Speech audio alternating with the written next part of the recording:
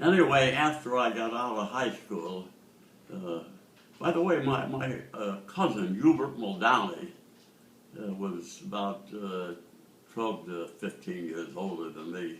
And he had been in the CCC camp, and he recommended it to me.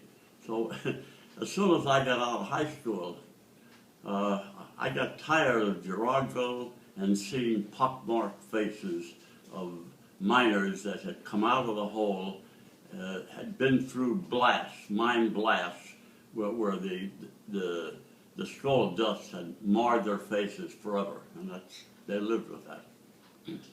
But anyhow, oh God. Hey, when did you go? Do you remember when you went to the CCC camp in Skyland Drive in Shenandoah National Park? Mm-hmm. Okay, come on. Is it still on? Oh, it's still on. Yeah, all right. Okay. It doesn't have a blinking light or anything. After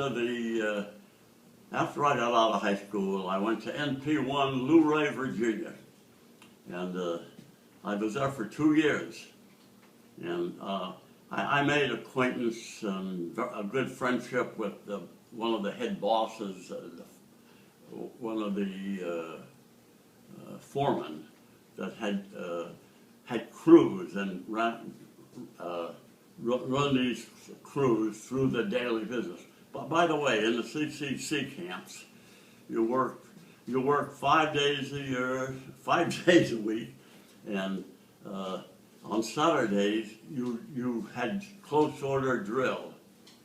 Remember, this was 1939, and they were already preparing us for the Second World War.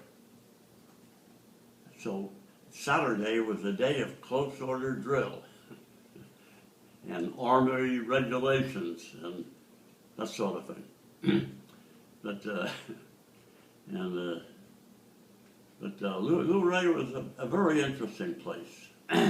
It was in a place called the Skyline Drive. That was Camp NP1 Luray, Virginia. The Skyline Drive was down the road about a half a mile from the camp that we stayed at. And they had a horse stable there, and people that had some money would go up there and rent a horse for the day, and they'd go along the Appalachian Trail. That became famous later on, and I did a lot of work on the Appalachian Trail while I was up there. But then anyway, this one incident stuck in my mind. This woman came along with her horse along the Appalachian Trail fairly close to the camp where I was staying. And lo and behold, there was a rattlesnake in the path. Now, horses, as I understand, can't stand rattlesnakes. They can't stand snakes, period. And this horse bucked back and went off the side of the trail, and it was like a steep cliff, and it was a rocky incline. That horse went down, and the woman happened to grab a hold of a limb of a tree before the horse went off the cliff. And that horse went down and fell down and just lay there, breathing heavily. And that's when I come in. I was near at the time, and I heard of the accident, went down there, and the guy in charge, he said, "Would you mind looking after this horse until we come back with the equipment to get him back on the trail?" Well, the horse was so badly damaged from the fall, hitting rocks and so forth, that they had to put him out of his misery. It was too bad. But I nursed that horse for about an hour until those people came by with their truck and helped that horse get back up on the trail, and then they, I guess they shot him later on. But that was one incident that I recall. Do you remember what year that was? That was 1940, early 1940. And as I mentioned before, my boss, the foreman, he said when they they shut down NP1 about that time. They closed it down for some reason or other. It was the first CCC camp to be made, and they had to send us elsewhere, and most of them went to a place called Front Royal, which is in Virginia, about a mile away. Or you could go to St. Mary's Glacier National Park in Montana. Well, my boss and I were rather friendly, and he suggested to me that I put in for Glacier National Park because it was an experience, once in a lifetime, the way he put it. And so I just went down and signed up for Glacier National Park, and lo and behold, they sent me to Glacier Park. Now, Glacier National Park, is, in my opinion, is one of the finest parks in the nation.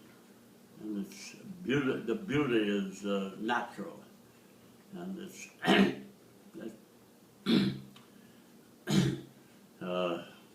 a few incidents that occurred there. We lived in tents at the exit to St. Mary's Lake in Glacier Park. And I was there for, I don't know how many months, maybe 6 or 8 months.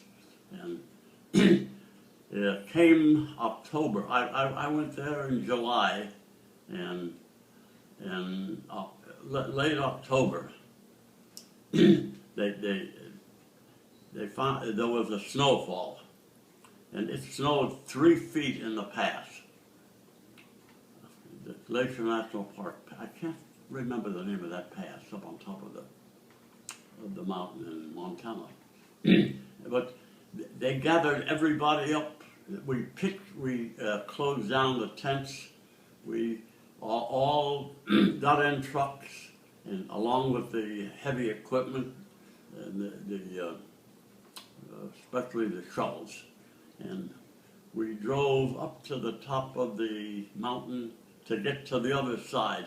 We were heading to the west side of Glacier Park, which was called Lake McDonald's, and we got pretty far up to the summit of the mountain, the Rocky Mountain, and there was the snowfall that the trucks could not push their way through. It was 3 foot of snow at least.